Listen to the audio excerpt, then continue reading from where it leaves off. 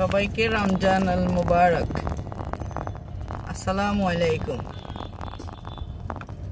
রমজান মাসে আমরা যেন সবাই ভালো থাকি, সুস্থ থাকি, সে চেষ্টাই করব।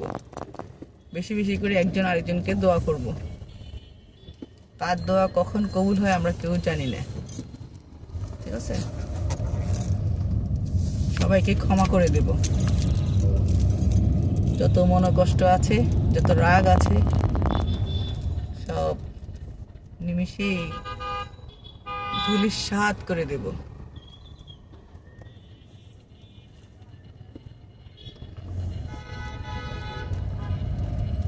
আমরা তো বারবার রমজান পেয়েছি, হয়তো ক্ষমা পাওয়ার যোগ্য কোনো কাজ করিনি, তাই আল্লাহ এবার আবার সুযোগ দিচ্ছে আমাদেরকে। আল্লাহ যেন আমাদেরকে 30টি রোজা রাখারই তৌফিক দান করেন, সেই রহমত যেন আল্লাহ দান করেন, সেটাই কথা। আর আমরা যেন আল্লাহ থেকে ক্ষমা নিতে পারি, ক্ষমা নেওয়ার সেই যোগ্যতা অর্জন করতে পারি আমরা সবাই। সেই দোয়াই করবেন একে অপরকে, ঠিক আছে?